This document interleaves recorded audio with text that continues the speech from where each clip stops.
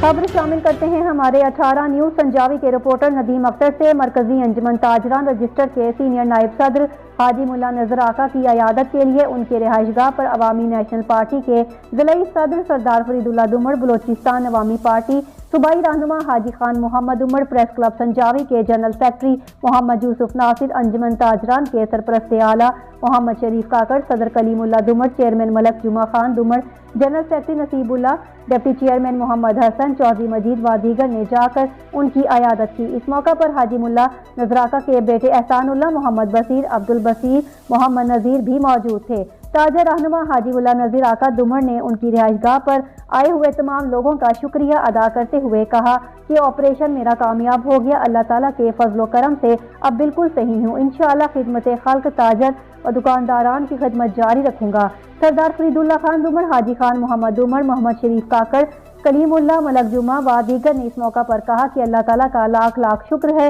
یہ مسلمانوں کی دعائیں ہیں جو آپ جلد صحت یاب ہوئے۔ ان رہنماؤں نے ملا نذر آقا کے سوشل ایکٹیویٹیز کی تعریف کرتے ہوئے کہا کہ ملا نذر آقا نے ہمیشہ عوام کے دوست فیصلوں اور عوام کے مفاد کے لیے کام کیا ہے۔